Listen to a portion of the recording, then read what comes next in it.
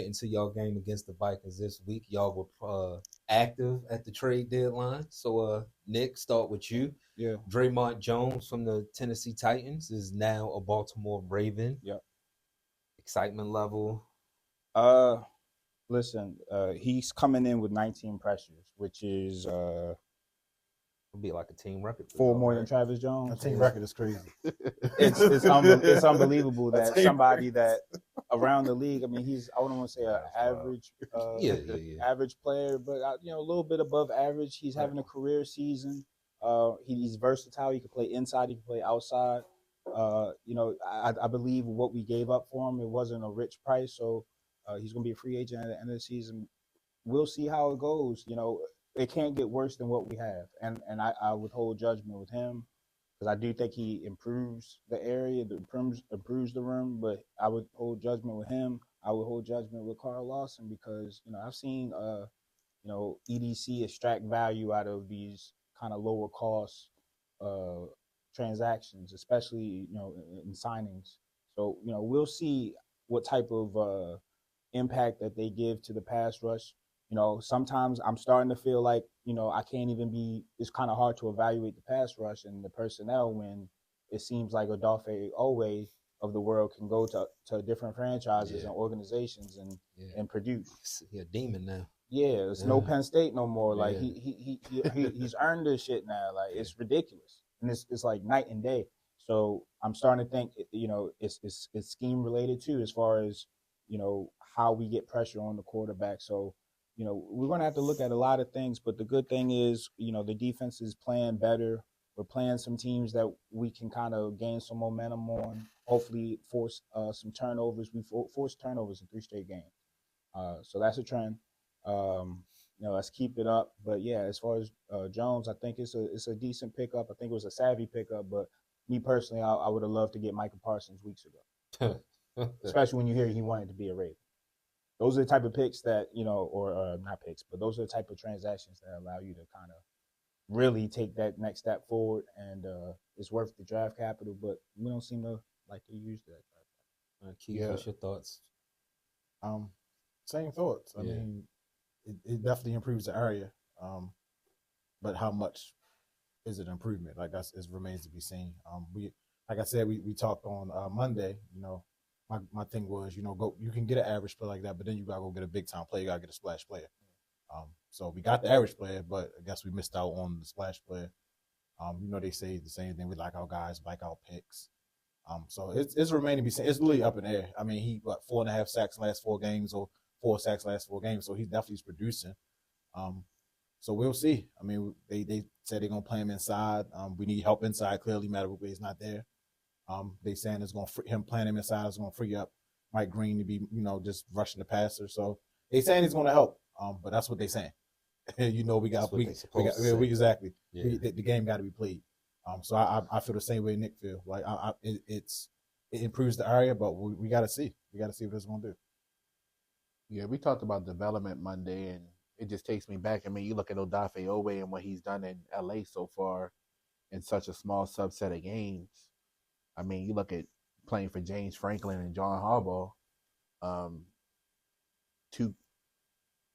two questionable coaches. You really do start to wonder, like Nick said, about the scheme. I think Zach Orr said they want to hunt matchups. So they said that, and Draymond Jones should allow the Ravens to hunt those matchups that they want to hunt. Ain't that nigga Chris Jones or something? I don't know. We're going to see. We talked about it Monday. I mean, you add the player like Draymond Jones, and you thinking maybe let's go get a Quentin Williams, somebody like that at the deadline. Yeah. Somebody who be pushing all our chips in this year. I think he said it Monday. We playing for a Super Bowl. We're not playing for the 2026 draft. So once again, the Ravens decide to hoard the picks. I get it. But at what point are hoarding all these picks? Like, what are they doing if you're not developing these players? I mean, Phillips went to the Eagles for a third-round pick. Third-round pick last year was Emory Jones. What have we seen from him this year? It's a valid question. What have we seen from the Ben Clevelands of the world? The Jabos of the world. The Jabos of the world. Like, so at what point, like, it's cool to hold the picks and say, yeah, we trying to build young, but when you got a quarterback like 8, sometimes you just got to be aggressive and go get it. And you see a GM like Howie Roseman in Philly do that year in and year out. He's not scared to say, forget them picks. He'll say F them picks quick and say, let's go win a Super Bowl. Did that get Saquon Barkley? Didn't pay him, like, right? Yeah. They need to be investigated. But yeah, understandable. So let's transition into the game. Y'all do play the Vikings. 9. Y'all got 9 coming in. Yeah, I mean, not JJ McCarthy. Y'all got to deal with 9. Alter ego, baby. Yeah. I guess a win against a division rival would do that. Detroit Lions. Been a little up and down for 9 this year. So he's tripping. Start with you, Keys. Breakdown of this game. How do you win? How do you contain 9 from calling himself 9? 9. You got to contain him because once he's dangerous if you get outside the pocket. I mean, but I don't think you need to really overwhelm yourself with developing a whole game plan. I mean, the main thing is to take away Justin Jefferson here. That should be your main focus. He could be 9 all he wants to, but you take away Justin Jefferson, you take away pretty much 60% of that offense. So at the end of the day, he's still a rookie, second-year quarterback, but it's his first year playing. You got to pressure him, like the same thing you did with Tua in the first half before you went away from it. You got to pressure him. You got to put pressure on him. You got to move him outside the pocket, make him uncomfortable, get him off his spot. But it's not a game where like you should be overmatched by 9. I guess it's not a game where you come in there, a Josh Allen, a Aaron Rodgers. It's not one of them games where the whole game plan is we have to stop this guy. We got to stop this guy. It's not that type of game. Because at the end of the day, you got 8. You got Lamar Jackson. So it's gonna come down to me. I don't even think the game is JJ McCarthy. I think the Ravens should be able to do a defensive with Kyle Hamilton to slow them down. It's gonna come down to Lamar Jackson versus that Brian Flores defense and how he adjusts. Because they're gonna do the same thing. Is a copycat. He's gonna do the same thing he did before. He's gonna blitz him. And we're saying that Lamar is now elite against the blitz. So how is he going to adjust? Is he going to be able to beat the blitz the way he's been beating the blitz, or is it going to look like what we've seen before? But that's what the game comes down to. It's going to come down to Lamar Jackson versus that Flores defense. And if Lamar Jackson plays well, the Ravens will win the game if Lamar plays well. I think the defense is coming around. Like I said, play the Rams. The Rams play their best, but to be allowed on less than 20 points a game, that's a good trend. That's a good follow-up. So the last 3. That's what I'm saying. So that's a good trend. That's a good stepping stone. But like I said, you're still 3-5. Is a must-win game. Feelings ain't changed too much, because you're still where you are. So you got to still put it on paper. You still got to go out there and do it. But it's a winnable game. You build a momentum. We talked about money. You like your quarterback coming out and saying, get these games out. You like the leadership there. So you see the team is trending in the right direction. That's all you ask for. Trends, positive trends, not negative trends, not getting no turnovers. Like Nick said, turned over 3 straight games. That's a positive trend. You want to keep it going. So it's like I said, it's a winnable game, but it's going to come down with Lamar do against that Flores defense.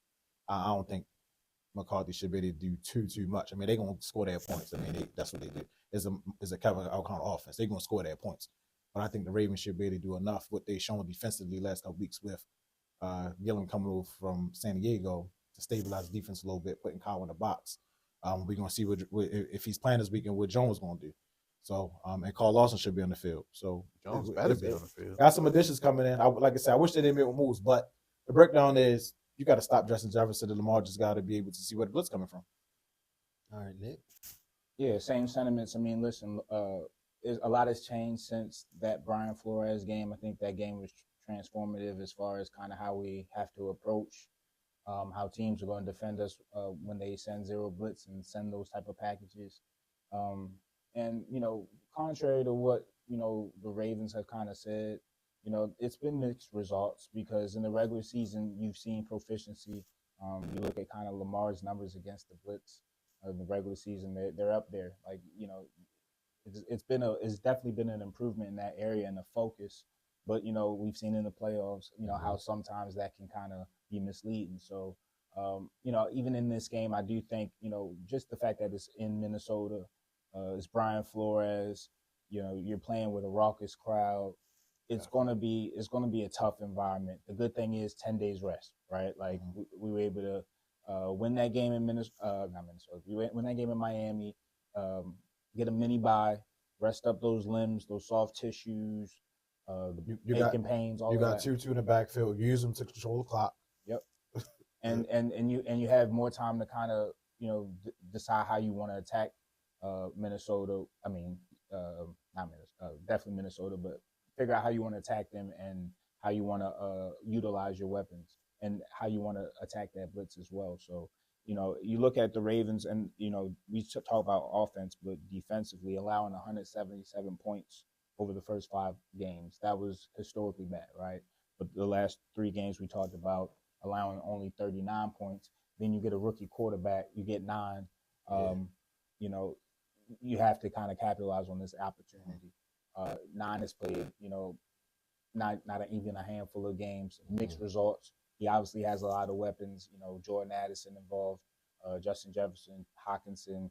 Run game is decent. O-line is decent, but he hasn't shown that he is somebody that can put a whole lot of points on the board. I mean, he had a great game last week, but that was a division game as well. I got to try not to take a lot from that because of the familiarity between 2 teams. But he threw for less than 200 yards, if I'm not mistaken, man. Didn't he? He didn't do do too much, right? He has Justin Jefferson, and the goal is to get him the ball. Like, his job isn't hard, But, as far as the Ravens are concerned, you have Lamar Jackson. You have momentum on your side. You have win now situation. So it's in front of you. I believe, it's one of those games where we take. Heath? Yeah, I mean, I echo those same sentiments. I mean, I'm looking at the defense again. You talk about before trade of Alohi Gilman, 35.4 points per game, letting out 408 yards per game. Since then, 13 points a game average, 315 yards a game. So you see, like he's alluded to, when you put Kyle in that box, this defense definitely changes. You hope with the addition of the trade that even helps to elevate this defense even more. We talking about a rookie quarterback, essentially. This is his 4th start on Sunday. You got to go after the kid. Like, you can't sit back and let him get in the field early. Like, I think he said on Monday, like, this got to be a defense that's going to blitz.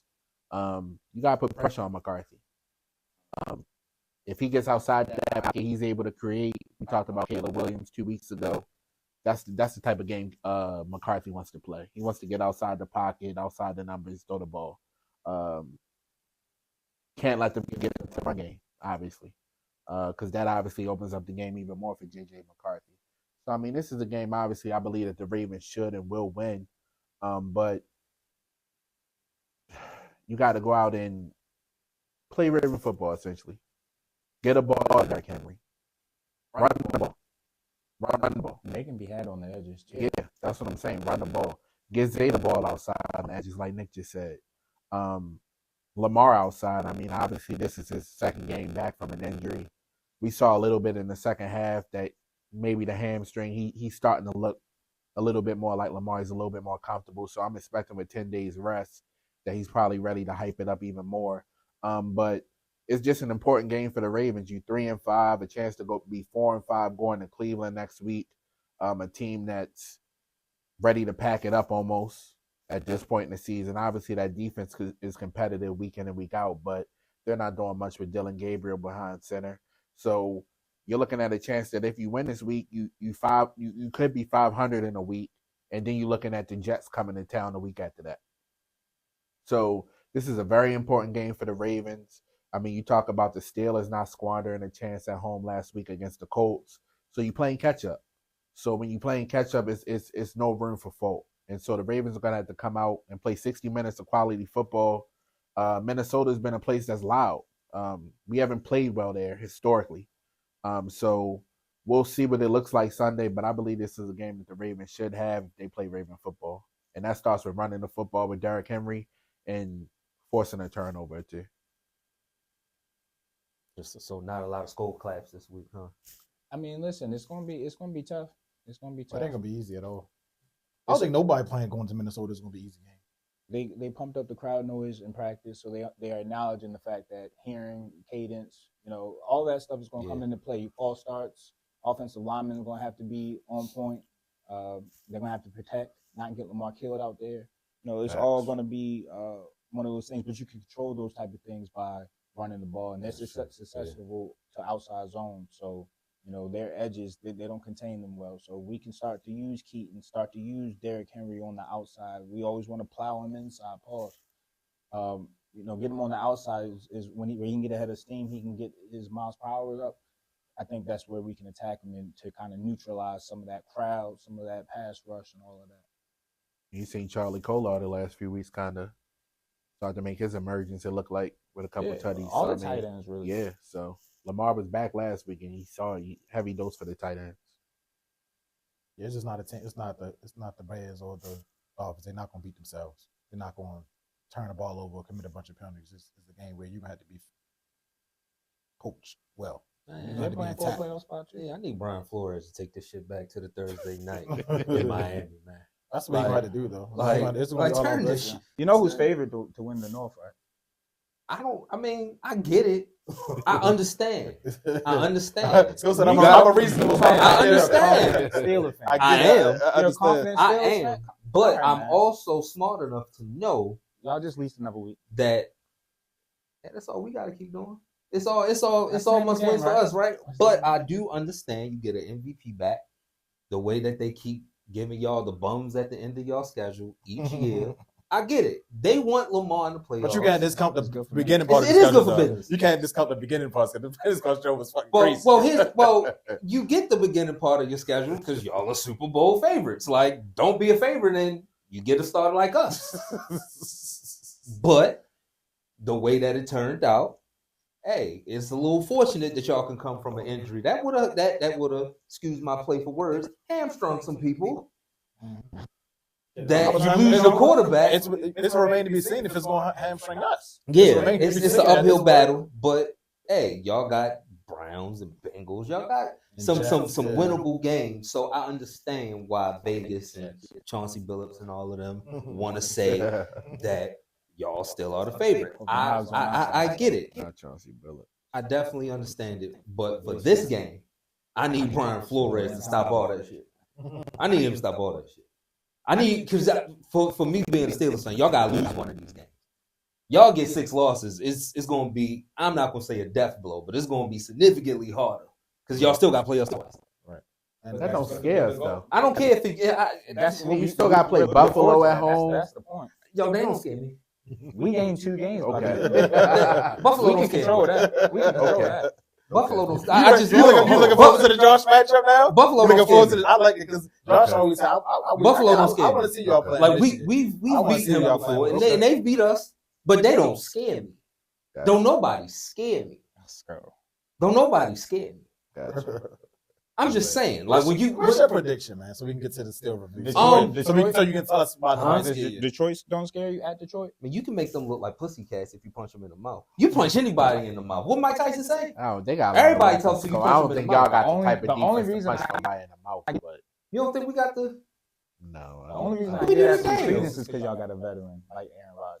That's the only reason I give it a little bit of credence. This ain't Russell Wilson going into the. This ain't Russell going into the winter. I got somebody that's used to playing in the winter. Yeah.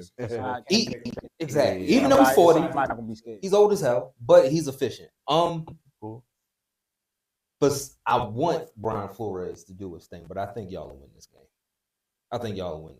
If y'all get out to a hot start, put the pressure on JJ. Now I don't know how y'all, how you double, because Jordan Addison can beat you too if you double. Yeah.